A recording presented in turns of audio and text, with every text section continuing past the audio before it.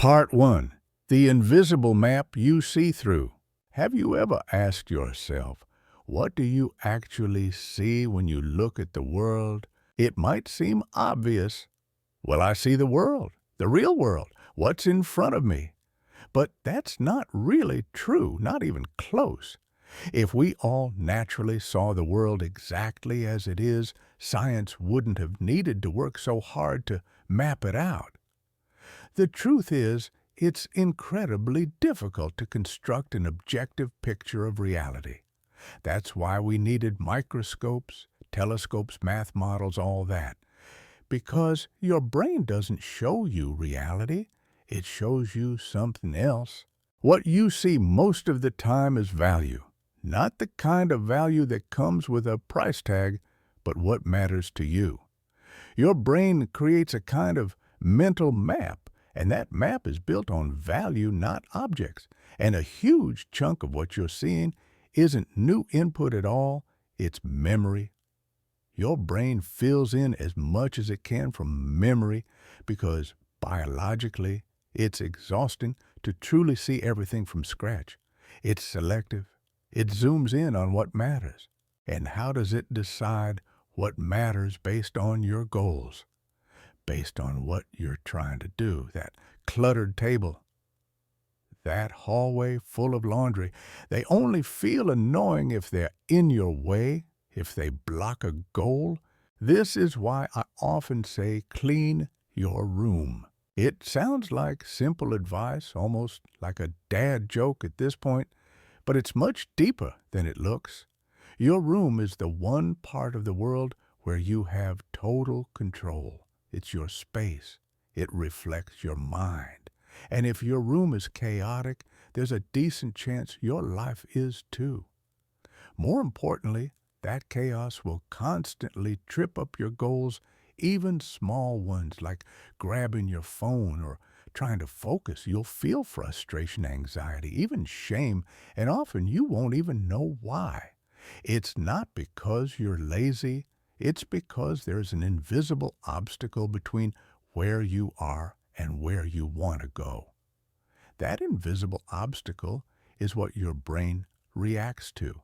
There's a brilliant book called The Neuropsychology of Anxiety by Jeffrey Gray. He laid out a theory of emotion that had a huge impact on me. He argued that most of our emotions come from the relationship between where we are and where we want to go. If you're moving toward a goal and it feels like you're making progress, you feel positive emotions, motivation, energy, hope. But if you're blocked or the goal collapses, you feel pain, anxiety, frustration, depression. So your emotions are like a compass pointing toward your goals or away from them. That's why when your room is a mess and you're trying to find your wallet, the mess feels heavy. It's more than annoying. It's emotionally loaded because it's standing between you and your destination. Here's the bigger point. Your brain is constantly drawing maps, not with roads and signs, but with purpose. There is always a destination embedded in how you see things, whether you realize it or not. You're not a detached observer. You're a traveler.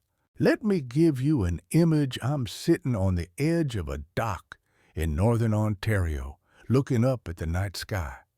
There's no light pollution, no noise, just stars stretching out forever.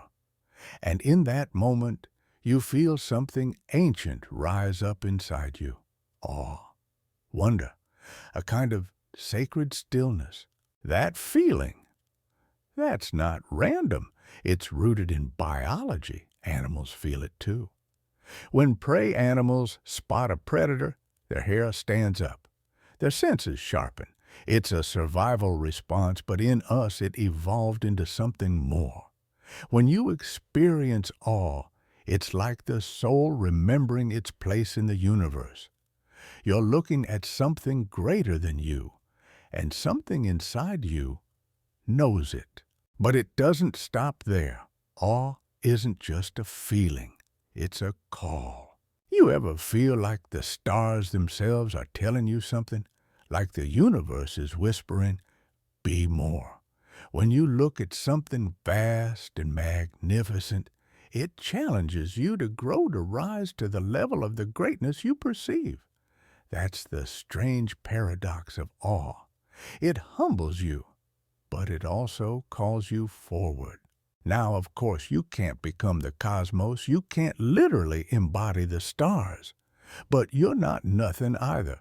You're complex, powerful, and full of potential. You're a being capable of reflection, transformation, and ethical action. So maybe the real question is, what do you need to become in order to be worthy of that feeling? And here's where ethics comes in, not as a list of rules, but as a direction. Maybe you start by telling the truth. Maybe you aim for beauty. Maybe you foster deep, honest love with the people around you. You do this not because someone told you to, but because it's the only thing strong enough to carry the weight of life's suffering. Because, let's be honest, life is hard. People betray each other. Illness strikes. Death is real. Pain is unavoidable. And when pain hits you, don't need abstract philosophy. You need meaning, and not just any meaning. You need real grounded meaning that can carry you through. That's what ethics is for. That's what striving toward your potential is for. If you don't have that, then suffering becomes unbearable. But if you do have it, if you become someone capable of standing up under the burden, you'll find something incredible. You'll find that you can not only survive, but transcend. That's what this whole conversation is about. Part 2. Carrying the burden, why even God needed help. The other day, my wife and I were having one of those late-night conversations, the kind where the world slows down and things get real. She's been studying Catholicism lately, and she brought up this story when Christ was carrying his cross. Someone stepped in to help him. Now, I want to make this clear. This isn't a religious argument. I'm not trying to convert anyone. I'm speaking as a psychologist, because that moment God in the Christian narrative, needing help to carry the cross, that's a profoundly human truth, regardless of your belief system. What does that story imply? It implies that the burden of life, the betrayal, the humiliation, the suffering, even death is so overwhelming that not even the most divine figure could bear it alone. Think about that for a second. If even the symbolic representation of perfection needs help, what does that say about you and me? It says you're going to need help too, and that's okay. It also says something else. You are being called, not just to survive life, but to rise up to it. You have to attend to that call carefully, because life is not casual. It doesn't play fair. It doesn't care whether you're ready or not. It just happens. And to stand up under it, to meet it head on, you have to become everything you could be. That's not just about strength. Strength is part of it, but it's only the doorway. What we're really talking about is the ideal, the best version of you, the potential that lives just beneath the surface, buried, ignored, sometimes even despised. But it's there, waiting. So what does it look like in real life to aim toward that ideal? Maybe it starts small. Maybe it starts by cleaning your room. And I know we're back to that again. But hear me out. Let's say you're 35 years old. You still live at home. You're not working. Your room's a mess. You're angry, resentful, stuck. You know it. Your mom knows it. But nothing changes. So you go to therapy. And your therapist, someone like me, doesn't ask you to change your whole life overnight. We don't set some grand, lofty goal. We say, let's start by vacuuming your room. Seems easy, right? But maybe you go home, grab the vacuum, put it in your doorway, and then walk over it for a week. Never plug it in. Never turn it on. Just step over it every single day for a week. What does that tell you? That you're not resisting vacuuming. You're resisting change.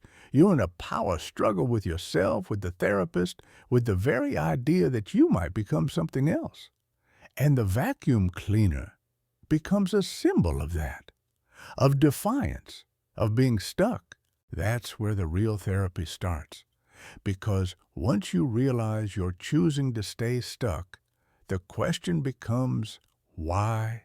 Maybe the vacuum was too big a goal. So next week, we adjust. Just move it into your room. That's it. No cleaning. Just cross the threshold. Because crossing that line, literally and metaphorically, is hard when you've been stuck in one place for years. This is what we call collaborative empiricism in cognitive behavioral therapy. We don't assume we know what you need. We test, we try, we observe. You negotiate with yourself like you're a stranger. You want to help, not command. And sometimes the breakthroughs come from the smallest movements. That's how you start to peel back the layers of who you are. Let's say you've got no job, no friends, no relationship, no purpose. You're bitter anxious, overwhelmed. You're starting to think maybe life isn't worth it. That's where we begin, right there, in the mess. We don't judge. We don't slap on some 5 steps to happiness nonsense. We get real. We ask, would you rather things stay this way or get better? And most of the time people say, I want things to be better. That's a start. That means something inside you still believes there's an up. Still believes there's a future worth moving toward. So then we go one step at a time. Do you have friends? I have 6. I see one every 6 months. Okay. Not exactly thriving. That's data. Are you in a relationship? Are you working? Are you drinking too much? What do your days look like? We build a map, not to criticize, to locate you. Because before you can go anywhere, you have to know where you are. And sometimes the goals we set are so basic they sound ridiculous. Try to make one friend. Join a local club. Go to the same cafe every Thursday. One guy I worked with, he was so socially anxious, he couldn't even use the phone. Couldn't say his name. Couldn't remember other people's names. Wouldn't make eye contact. Never smiled. Total shutdown. He'd been bullied his whole life. Had OCD, intellectual delays, every disadvantage you could imagine. You know what we did? We practiced shaking hands over and over, 20 times, until he could look someone in the eye, say his name, and not panic. That's how you start, at the very bottom, but it's still a start. We'd talk about setting goals like volunteering. Sounds easy, right? Just show up and help. But did you know it's harder to get a volunteer position than a real job in some cases? You need background checks. You need paperwork. You need confidence. He had none of that. So we started smaller, bit by bit, goal by goal, each one negotiated carefully, not imposed. Because if you impose a goal on someone who's struggling, they'll collapse under the pressure or they'll resent you. Either way, it doesn't work. But if you ask, what could you do this week just to move forward 1 inch? You give them power. You teach them how to walk again, psychologically speaking. That's the art of becoming more than you are. You don't start with perfection. You start with a vacuum cleaner, a handshake, a promise that you can get better even if it's slow, even if it's messy. You start by negotiating with yourself as if you were a person worth helping. Because you are part 3, negotiating with yourself like you actually matter. Let's say your life isn't going well. You're anxious, depressed, isolated, maybe stuck in a dead-end job, or worse, not working at all. You don't feel respected. You don't feel valuable. You're not even sure if you're capable of change. Now, here's the key. Don't assume you know who you are. I know that sounds weird, but if your life isn't working, then clearly something about who you think you are might be flawed or incomplete. So here's what I often tell people: drop that presumption. Start over. Begin negotiating with yourself like you're a stranger you actually want to help. You'd be amazed what happens when you approach your own life like that, not with blame, not with self-hatred, just curiosity and honesty. What's working? What isn't? What are you doing that you know is wrong? And what's one small thing you'd be willing to fix? That's it, one thing. Start there. Because here's the truth: people need to feel competent. It's not optional. If you don't have something you're good at, something you can get better at, you will feel miserable. You won't just be bored, you'll feel worthless. And that opens the door to all kinds of suffering. So ask yourself, what's the antidote? Most people think it's comfort, pleasure, escape, numb the pain, stay cozy. But here's the twist. The best antidote to suffering is not comfort. It's adventure toward excellence. You want a life that means something? You want to feel like you're growing, like you matter, like your actions make a difference? Then you need a challenge, a real one. Something that stretches you, something that makes you become someone better than you were yesterday. Now, comfort's not evil. I'm not saying you have to go live in a cave or suffer for the sake of it, but if you rely on comfort as your only solution to pain, you'll become passive, weak, numb. You won't just avoid pain, you'll avoid life. And part of maturing, part of growing up, is realizing that. Freud said something powerful: once the good mother necessarily fails. What he meant is that at some point, comfort has to end. Protection has to loosen. Otherwise, the child never becomes an adult. And that's one of the hardest things for a mother to do, to let go, to watch their child walk into the world vulnerable and to say, go anyway. It's a kind of crucifixion in a way. The ultimate act of love, letting go so they can become more. Michelangelo captured this beautifully in his sculpture Pieta. Mary is holding the broken adult body of her son Christ. She's not clinging to him like a child. She's honoring the pain and the journey. That's the courage of a mother, not just to nurture, but to release. Now, imagine you're the child in that story. You wake up one morning. You don't feel great.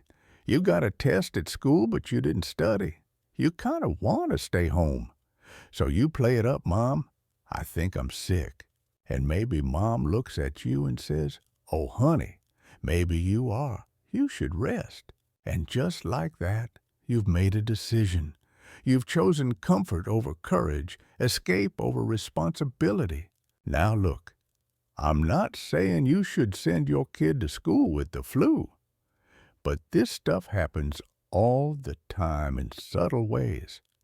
We all get those moments where we're offered a choice: take the path of growth or retreat into safety. And what's scary is kids remember. Those little choices become patterns. And one day, you're 30, still avoiding every test. Only now they're job interviews, hard conversations, or major life decisions. And whose fault is that? It's complicated. You could say 95% of the blame is on the mother. Maybe she overprotected. Maybe she couldn't let go. But here's the thing. You had a choice, too. Even as a kid, you could have said, I don't want to hide today. I want to go and face it. That's the beginning of personal responsibility. The beginning of becoming an adult. Realizing that even if the world offers you an excuse, you don't have to take it. And this isn't about blame. This is about power. If you're in a toxic relationship, a dead-end job, or even a bad habit, you may not have created all of it, but you can choose to stop perpetuating it. That's where the shift happens. You're not just a victim of life. You're a participant. You get to say no. You get to say yes. You get to shape your path. And yes, some people are better at manipulating you into bad decisions. Some pressures are real, but even so, you still have some power to respond. You're not helpless. And maybe that's the scariest truth of all. Because once you admit that there's no one else to blame, that's where free will comes in, not as some philosophical abstraction, but as a lived experience. You have the ability, however small, to choose. And every choice leads somewhere, sometimes the right way, sometimes the wrong way. But at least you were awake when it happened. So, if you want to know who you are, sit on your bed one night. Seriously. Sit there in the quiet and ask yourself desperately, honestly, what's one thing I'm doing wrong that I know is wrong and would fix if I could? And listen, not to the ego, not to the excuses, but to that small, clear voice inside. It'll tell you, and you probably won't like the answer. It might say, clean your room, call your dad, stop drinking, apply for the job, tell the truth. It won't shout. It won't insult you. It'll just tell you the truth. And here's where Carl Jung comes in. He once said, people don't find God because they don't look low enough. You know what that means? It means the sacred might be hidden in your messy bedroom, in your dirty sink, in the pile of laundry you've been ignoring for weeks. Maybe your transformation doesn't start with a mountain. Maybe it starts with a mop. Because if you're too proud to clean what's already yours, how will you ever be ready to clean the world? That's where real change begins. Part 4. How to climb out one small step at a time. When I was working as a clinical psychologist, I didn't just work with successful professionals. I also worked with people who were starting from absolute zero.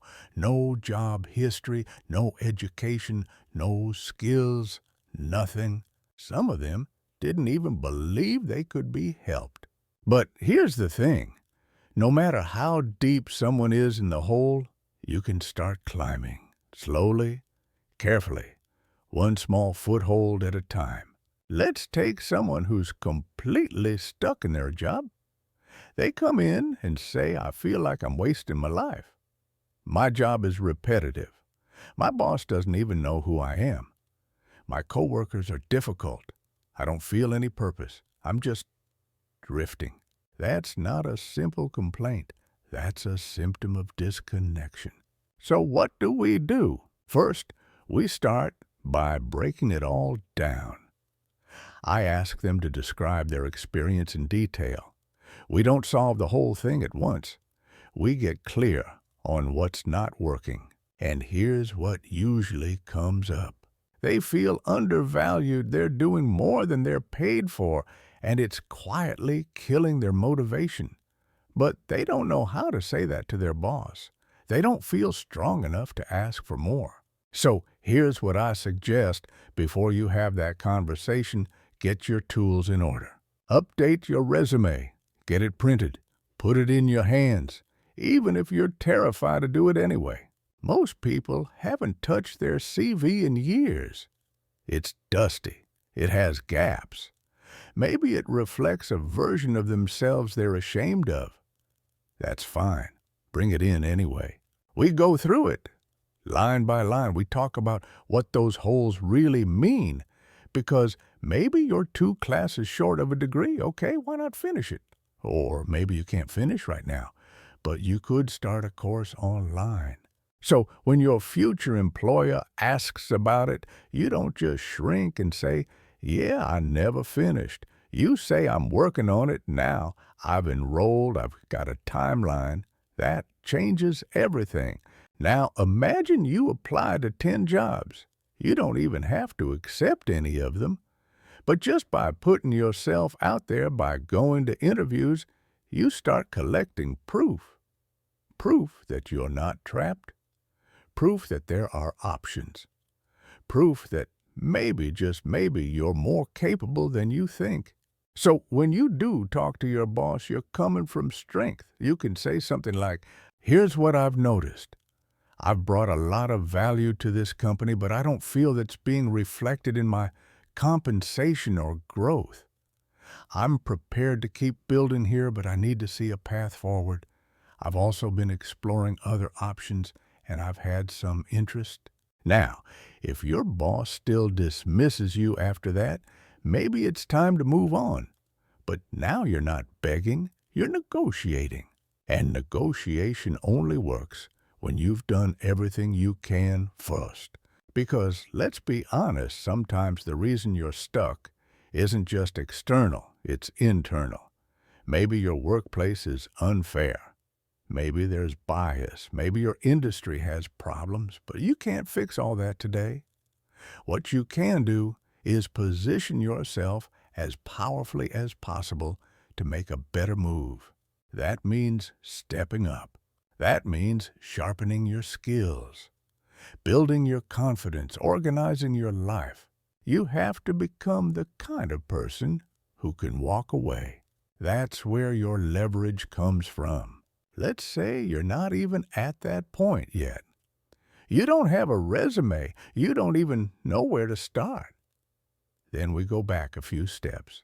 Ask yourself, do I have a friend? Do I have one person I talk to regularly? If not, how could I meet one? This might sound small, but for some people it's enormous. There was a guy I worked with who was so socially anxious he couldn't shake hands. Literally couldn't say his own name without panic.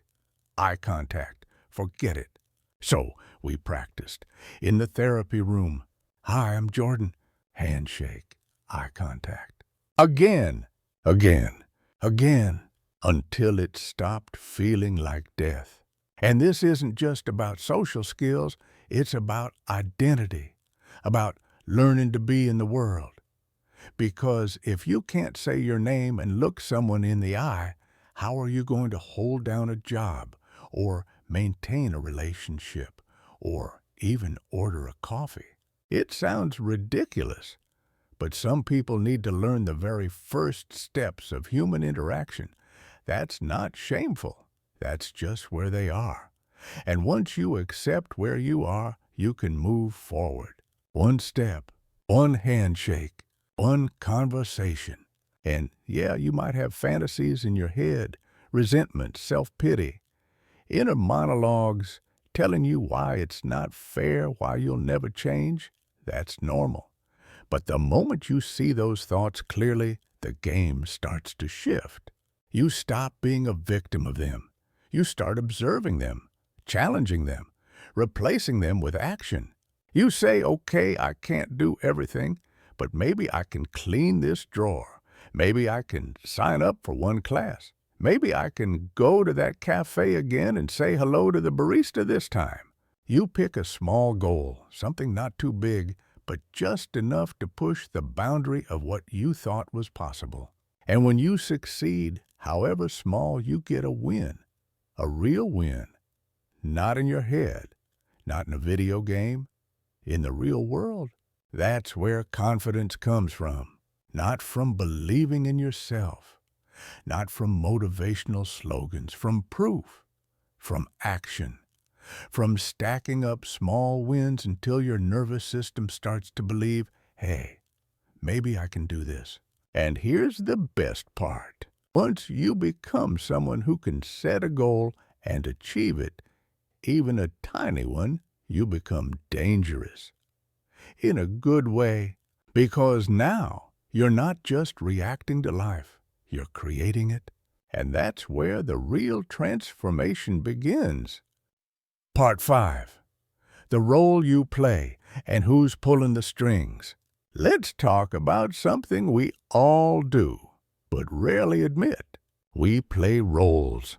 Every one of us is acting at least a little. Now, I don't mean you're being fake or manipulative, but think about it. The way you talk to your boss is different from how you talk to your best friend. The way you present yourself on social media isn't always how you are when you're alone at 2 a.m. And sometimes we're not even aware that we're doing it. You put on a persona, you play a part. And that's not necessarily bad. It's part of adapting to the social world. But here's the key question: who wrote the script? Because if you're playing a role you didn't consciously choose, if you're saying things you don't believe just to be liked, if you're chasing goals someone else handed to you, then you're not living your life. You're living a performance. This is what Carl Jung meant when he said, "Every man acts out a myth whether he knows it or not." You're in a story. And if you don't know what story you're in, you might be acting out a tragedy while thinking it's a comedy. Or worse, you might be chasing applause for a role you hate playing. Let me give you a modern example. Think about someone who's constantly trying to look impressive. They show off online. They dress the part. They say all the right things. But deep down, they're hollow. They don't even know who they are anymore. They're just trying to survive the performance. This is the danger of being an actor without a soul, a puppet. And here's the question nobody wants to ask. Who's pulling your strings? Is it your fear of rejection? Is it that ideal image you think the world wants from you? Is it your parents' expectations, society's approval? Because if you don't consciously choose the role you're playing, you'll eventually resent it. It'll crush you. Or worse, you'll forget that you ever had a real self underneath. But this doesn't mean you shouldn't play a role at all. In fact, you need one, especially when you're just starting out. Nietzsche said, "Every great man is an actor of his own ideal." That doesn't mean he's a liar. It means he practices being who he wants to become. Think of it like this. A child pretending to be a doctor isn't lying. He's rehearsing. He's exploring what it would feel like to step into something bigger. And that's what you do when you dress like the person you want to be. When you speak with more confidence, even if your hands are shaking. When you show up to a meeting wearing a suit, even if you feel like an imposter inside. That's not faking. That's becoming. Of course, there's a danger here too. If you overdo it, if you pretend too hard, you can lose touch with reality. You can start believing your own performance and stop growing.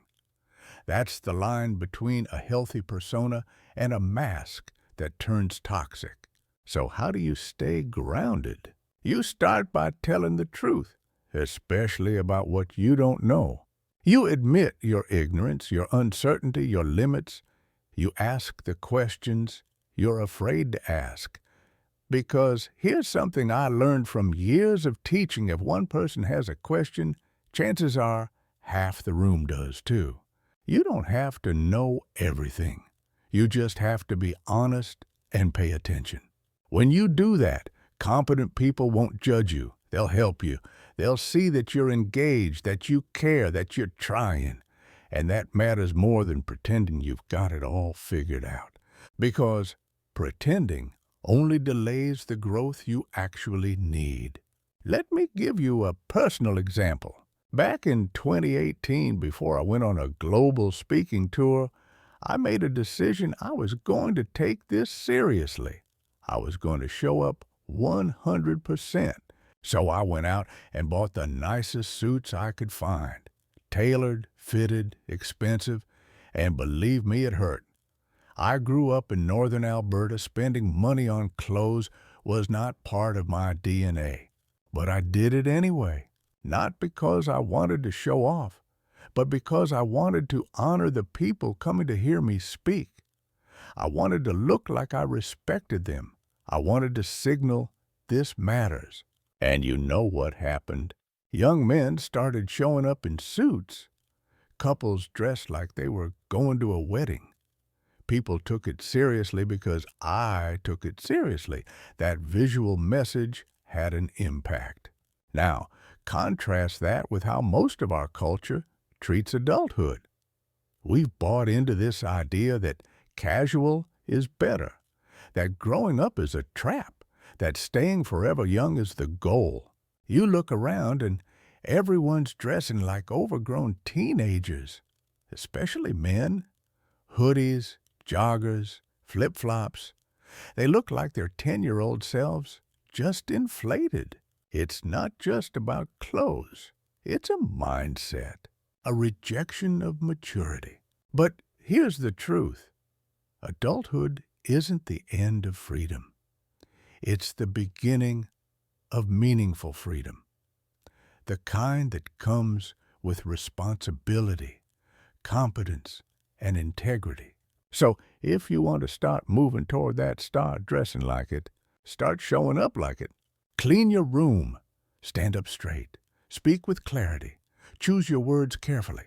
Listen, make your bed, file your resume, practice your handshake, read a real book, learn a new skill. These aren't cliches, they're rituals, daily habits that bring order to chaos, that bring your ideal self into reality. You don't do them to impress others. You do them to become someone you respect. And here's the twist. As you start to do this, really do this, your face will change. I've seen it happen in therapy. I've watched men and women go from anxious, avoidant, soft-spoken individuals to mature, grounded, sharp-eyed people. It's not just a mindset shift. It's a physical shift. They stop flinching. They start judging the world calmly, wisely, like adults. That's the result of integrating your shadow, of finding your courage, of becoming dangerous, not in a violent way, but in a way that says, I know who I am. I know what I stand for. I'm not pretending anymore. And when you get there, when you stop letting others pull your strings and start acting out your own story, you don't need to beg the world to take you seriously. The world will take you seriously, because now, so do you. Part 6. Why you need responsibility more than comfort. Let's talk about something most people get completely backwards, the belief that the goal of life is to feel good. Now, sure, feeling good is, well, good. Who doesn't want to be happy? Who doesn't want to feel safe, comfortable, relaxed? But here's the problem. Comfort without purpose slowly becomes a prison. And that's why I say over and over again, if you want your life to improve, don't aim for comfort. Aim for responsibility. Let me explain. When you aim for comfort, your life starts to revolve around avoiding pain. You eat to feel better. You scroll to escape boredom.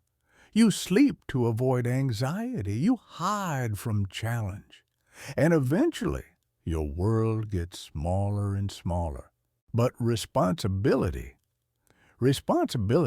is what gives your life weight. It's what makes you strong enough to carry the things that matter. Because here's the truth. Pain isn't optional. Loss isn't optional. Life will ask things of you, things you didn't prepare for. Illness, death, rejection, uncertainty. And when that moment comes, you're going to need a reason to stand up. Comfort won't give you that. Responsibility will. Responsibility is the antidote to chaos. That's why people say things like, having kids changed me, or starting that business was the hardest but best decision I made, or taking care of my sick parent taught me who I really was. Those are stories of people who embraced responsibility and found themselves in the process. Because responsibility means something depends on you. And when something depends on you, whether it's a person, a project, a mission, you can't just drift. You can't just check out. You have to show up. And that pressure, that's exactly what reveals your potential. Now let's get something straight. This doesn't mean you become a martyr. It doesn't mean you sacrifice everything and burn yourself out. It means you pick a burden worth carrying and carry it voluntarily. That's what gives life structure. That's what gives it meaning. Now, if you're struggling with this, ask yourself, what if I treated myself like someone I actually care about? It sounds simple, but most people don't do it. They're far kinder to their pets than they are to themselves. Seriously, you have a sick dog, you rush to the vet, pick up the meds, follow the instructions. You do everything by the book. But if you get sick, you delay. You skip appointments. You forget the meds. You tell yourself you don't matter. Why? Because somewhere along the line you decided you weren't worth helping. You started keeping score of all your failures. You internalized your flaws. And now you treat yourself like someone who deserves to suffer. That's not humility. That's contempt. And it has to stop. Because you can't grow if you hate yourself. You can't take responsibility if you don't believe you're worth investing in. You can't lead anyone if you can't even lead yourself. So here's the challenge. Start treating yourself like someone you're responsible for. That means asking, what kind of life would I build for someone I loved? What habits would I recommend? What kind of food? What kind of sleep schedule? What kind of relationships? Then, live it. Not perfectly, not all at once, but intentionally. And here's the trick. You don't have to feel worthy before you begin. You earn that worthiness by showing up anyway. You say, maybe I don't deserve kindness right now, but I'm going to act as if I do. Because you're building a future version of yourself. And that version, that person will be grateful you started today. Now let's talk about something else that gets in the way, imposter syndrome. You know the feeling. You get a promotion, you step onto a new stage in life, and suddenly you think, who do I think I am? I don't belong here. Any minute now they're going to find out I'm a fraud. It's brutal. But here's the irony. Imposter syndrome often means you're growing. Think about it. When you start something new, whether it's a job, a relationship, a skill, you are an imposter. You're just beginning. You don't know what you're doing. You're trying it on. You're learning. And that's okay. That's necessary. Every person you admire, they started that way. Every competent surgeon was once a nervous med student. Every great writer was once terrified of a blank page. Every strong leader once sat in a meeting thinking, I'm not ready for this. But they kept going. Because here's the truth.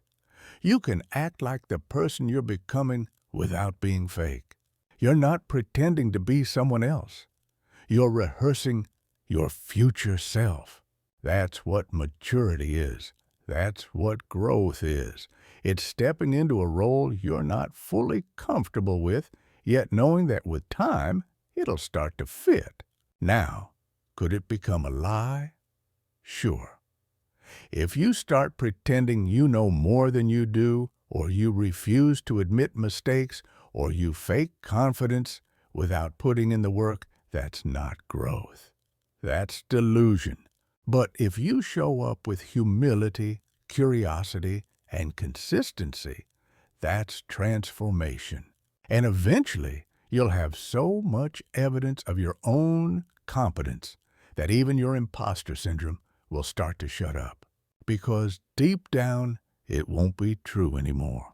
And let me say this, especially to those who are sensitive or anxious. You're not broken, you're just wired a little differently. Your nervous system responds stronger to threat, to uncertainty, to judgment, and that makes it harder. No question. But the way forward is the same. Expose yourself to challenges voluntarily. In small ways, in smart ways, in consistent ways. Because every time you face something you fear and survive, you're sending your brain a message. I can handle more than I thought. That's how you rewire yourself. That's how you grow. That's how you move from comfort to courage. And that's how you finally start to believe that your life matters, because now you're carrying something that does. Part 7. Growth is painful, but staying stuck is worse. There's something brutal that happens as you grow, something most people don't talk about. You start seeing the gap between who you are and who you could be. And once you see that gap, you can't unsee it. It's a blessing, but it hurts. Because every day you don't move forward, that gap stares back at you. It whispers, "You're wasting time.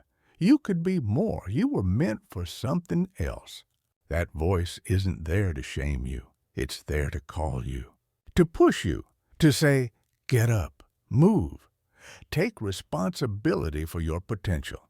But most people don't answer the call, not because they're lazy, but because they're afraid.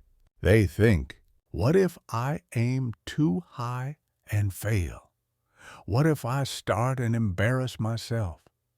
What if I find out I'm not good enough? So instead of moving, they freeze. Instead of building a life, they hide inside a fantasy of what could have been. And that is the tragedy. But here's the truth. You'll never know what you're capable of until you try. And yes, it might not work right away. Maybe the first goal you set is too high. Maybe you fail. Maybe you sabotage yourself like we talked about earlier, like putting the vacuum in your own doorway and walking over it for a week. That happens. That's part of the process. So, what do? You recalibrate. You shrink the goal. Because failure doesn't mean you aim too high. It means you need a more honest starting point. Let's say your room's a disaster and you plan to clean the whole thing on Saturday. But Saturday comes and you binge watch Netflix instead. You feel terrible. You tell yourself, "See, I can't even clean a room. I'm hopeless." But what if your goal was too big? What if instead you said, "I'm just going to sort this one drawer," and you do that? That's a win. Now, you're not a failure. You're someone who follows through on something. That's how you rebuild your relationship with yourself. Not by achieving massive goals out of the blue, but by becoming the kind of person who does what they say they'll do. That's how trust is built. That's how self-respect is earned. So, if you feel stuck, here's what I suggest.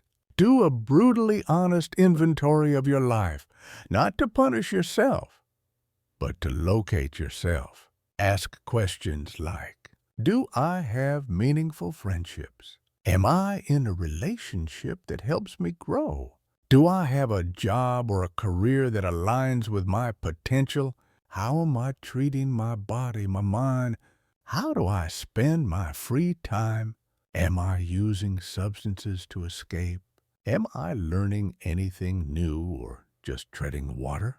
And then ask the hardest question of all. If nothing changes, where will I be in 5 years? Sometimes we avoid this question because the answer is too painful. But that pain, that's useful. That pain is fuel. Because if you know where you don't want to go, you can start walking in the other direction. Even if the first steps are small. Let me give you an example. My wife and I had a habit every time we moved to a new city, we'd pick a local cafe or restaurant and go there every week. Not because we loved the food, but because we knew that over time we'd start recognizing people, the barista, the owner, the regulars. It was a social anchor. That's how community starts. So, if you're alone, don't tell yourself, I need to make 5 close friends this month. Tell yourself, I'll go to that bookstore or cafe every Thursday. I'll say hi. That's it. One small, consistent habit. And before you know it, you're not invisible anymore. Now I've worked with people who were so disconnected, so socially anxious, they didn't even know how to start a conversation. They couldn't look someone in the eye, couldn't listen, couldn't remember names. We had to rehearse everything, like teaching someone how to be human again. Because being social isn't just about talking, it's about attention. If you're distracted, if you're afraid, you won't pick up emotional cues. You won't notice when to smile, when to pause, when to ask a question. And without those cues, you fall out of sync. You feel awkward, and then you tell yourself, see, I'm not good with people. But it's not that you're not good. It's that you never learned the fundamentals. And that's okay. Because skills can be learned, even social ones. Sometimes people just need a place to start, a little momentum, a little proof that change is possible. So we'd set tiny goals. Let's practice a handshake 20 times. Let's introduce ourselves with eye contact. Let's rehearse asking someone their name and actually listening to the answer. It might sound ridiculous, but I've watched lives change because of moments like that. And once you get that win, once you feel yourself do something you couldn't do before, it's like a crack of light in a dark room. You realize I'm not doomed, I'm just behind, and I can catch up. But only if you start. And here's something else most people don't know. It's harder to get a volunteer job than a paid job. Seriously, try it. You think, oh, I'll just volunteer. But most organizations require background checks, forms, maybe even references, especially if it involves children, the elderly, or sensitive environments. And if you're someone who's never had a job, doesn't know how to type, has no resume, and can't make eye contact, that's a huge barrier. So don't beat yourself up for not just doing something. Recognize the real obstacles and start building real skills to overcome them. You don't need to fix your whole life today, but you need to stop pretending that your situation is impossible. Because if you set one small honest goal and you achieve it, your life will begin to change. And from there, you'll do it again and again. And before long, you're not the same person anymore. Part 8. The truth about strength style and standing up straight. So let's say you've started to change. You've faced the mess. You've set the small goals. You're making progress, tiny but real. Now what? Here's the next step. Start carrying yourself like it matters. That means posture. That means presence. That means how you dress, how you walk, how you speak. And some people hear that and go, oh, come on. Clothes, posture, isn't that superficial?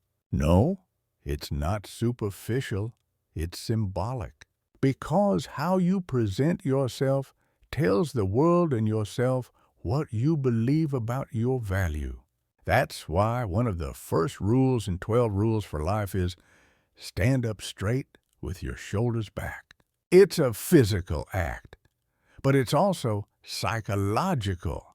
When you square your shoulders, lift your chin, and meet the world with your eyes, what you're really saying is, I accept the burden. I'm not hiding. And people respond to that because posture isn't just about appearance. It's about dominance, confidence, readiness. You see this in animals too, lobsters even. A defeated lobster slouches. A dominant lobster stands tall.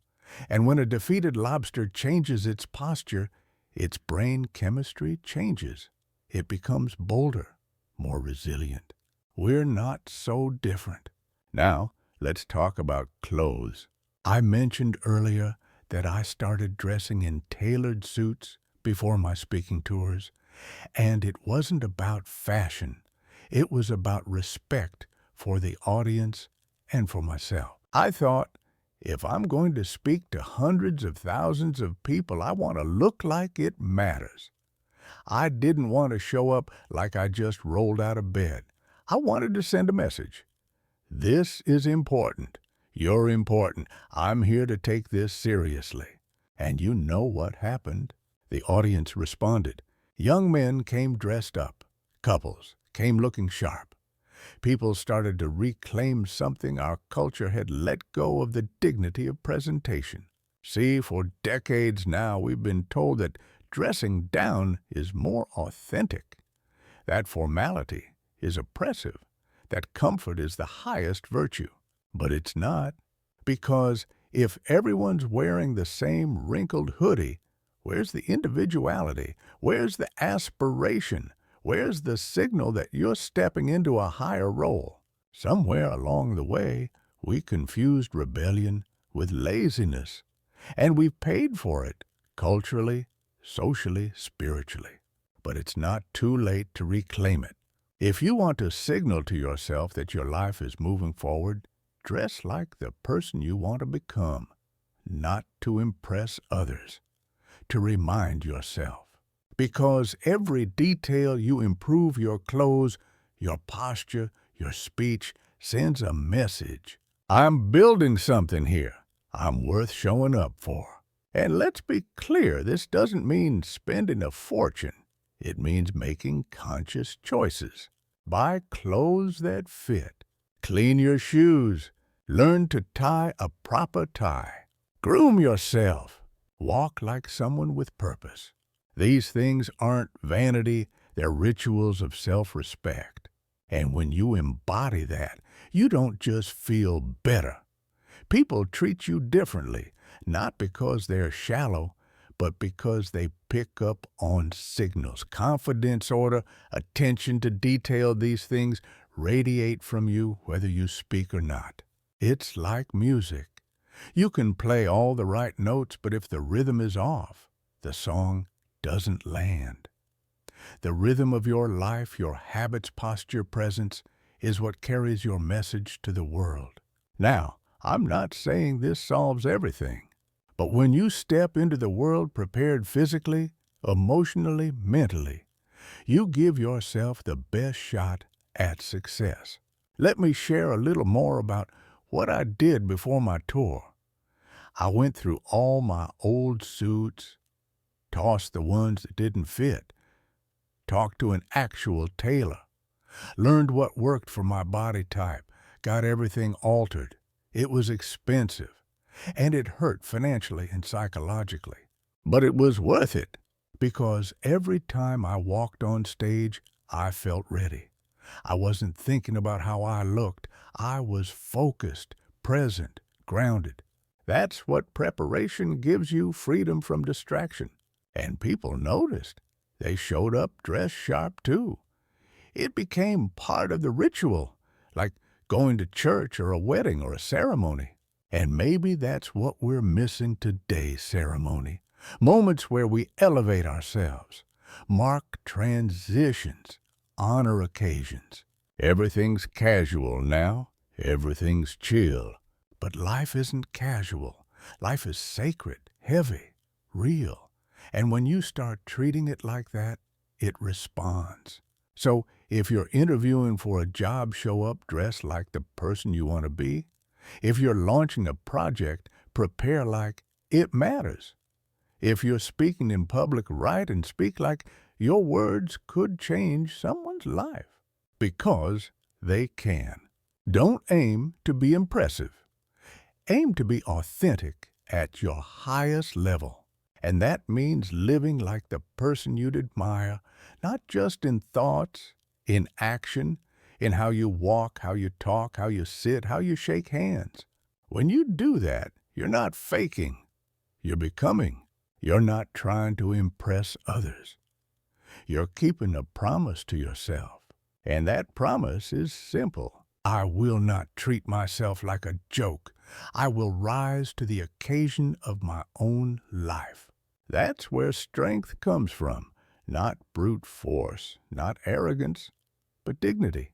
And dignity is something you cultivate, one choice at a time, one habit at a time, one outfit, one word, one breath at a time. So ask yourself, what would it look like if I respected myself?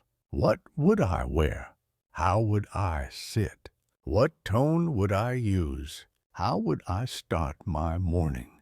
Then do that, even a little, because you don't need a full transformation overnight.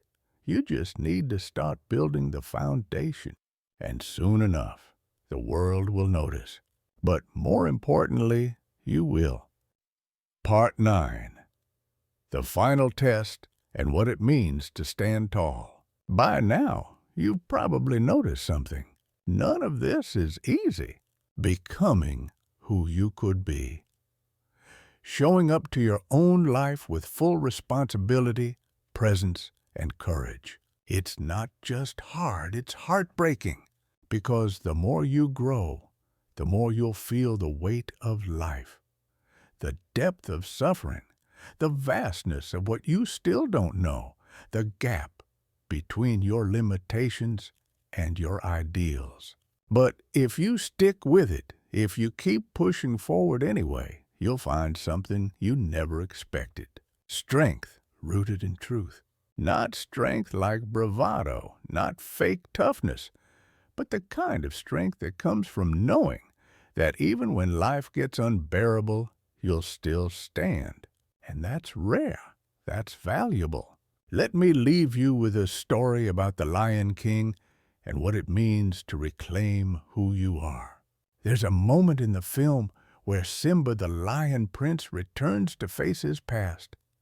He's been hiding for years, running from shame, pretending that nothing matters, living under the illusion of Hakuna Matata with no worries, no purpose, no responsibility. And then something calls him back. He sees the reflection of his father in the sky. He hears the words, "Remember who you are." That moment, that calling, that's not just for Simba. That's your moment. Because at some point, every person must face the truth they've been avoiding. Every person must stop running from what they know they're meant to be. It doesn't mean you have all the answers. It means you stop hiding. And maybe the most difficult part of that journey is integrating your darker side, what Jung called the shadow. That's the part of you that wants to avoid, to lie, to lash out. The part that's bitter, envious, weak, or cruel. Most people repress that. They pretend it's not there. But that never works, because whatever you repress controls you. If you're too agreeable, too nice, too soft, you get walked over. You become anxious. You collapse under pressure. You smile when you should speak. You nod when you should push back. That's not virtue. That's fear dressed as virtue. But when you integrate your shadow, when you acknowledge your capacity for anger, for power, for assertiveness, you become whole. Not dangerous in the toxic sense. Dangerous in the sense that you can stand up, say no, defend what matters, and walk away when necessary. That's what maturity looks like. And when you reach that point, your face changes. Literally. I've seen it in therapy over and over. People who used to flinch start to stand tall. People who whispered start to speak with clarity. People who used to look away begin to hold eye contact. Because something inside has shifted. They're not pretending anymore. They're living in truth. And that truth isn't loud. It's not flashy. It's grounded. It's humble. It's powerful. So let me ask you, what would your life look like if you stopped pretending? What would happen if you stepped out of the role you've been playing and started writing your own script? Not the one your parents handed you, not the one your fear chose for you, not the one shaped by guilt, shame, or social approval. Your script, written with intention, lived with dignity. And here's what that might look like. Practically, you stop waiting for the perfect moment. You stop numbing yourself with distractions. You start doing one hard thing each day on purpose.